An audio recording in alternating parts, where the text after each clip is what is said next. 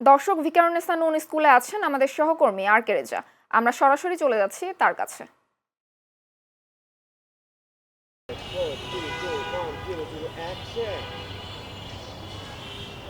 জান্নাত, যেমনটি বলছিলেন, জ্বালানি সংকট মোকাবেলায় সরকার যে সিদ্ধান্ত নিয়েছে, আজ থেকে কয়েকটি শিক্ষা প্রতিষ্ঠানে পরীক্ষামূলকভাবে অনলাইন ক্লাস কার্যক্রম শুরু হয়েছে।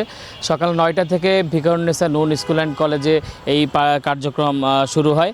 আমরা সকাল থেকে এই স্কুলে ঘুরেছি এবং দেখেছি শিক্ষকরা কলেজে নিজ নিজ ক্লাসরুমে এসেই ভার্চুয়াল ক্লাস করান শিক্ষার্থীদের, আর শিক্ষার্থীরাও নিজ নিজ বাসায় বসে অংশ নেন এই ভার্চুয়াল ক্লাসে।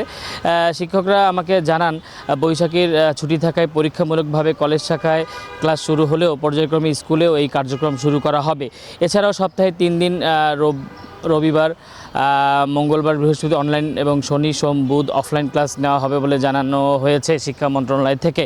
তো সেই অভিভাবকরা আমাকে বলছেন যে এই ধরনের অনলাইন ক্লাসগুলো খুব ভালো একটা সিদ্ধান্ত নিয়েছে সরকার, যেহেতু জ্বালানি সংকট মোকাবেলায় এই ধরনের সিদ্ধান্ত কার্যকরী ভূমিকা রাখবে শিক্ষাক্ষেত্রে।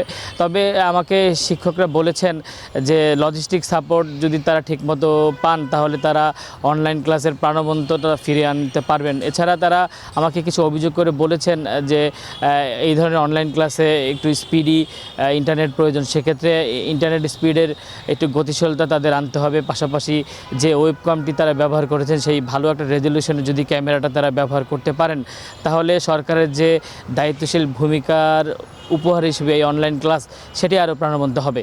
তো এই ছিল জান্নাত আমার কাছ থেকে Viqarunnisa Noon school and college থেকে পরীক্ষামূলক অনলাইন ক্লাসের সর্বশেষ অবস্থা।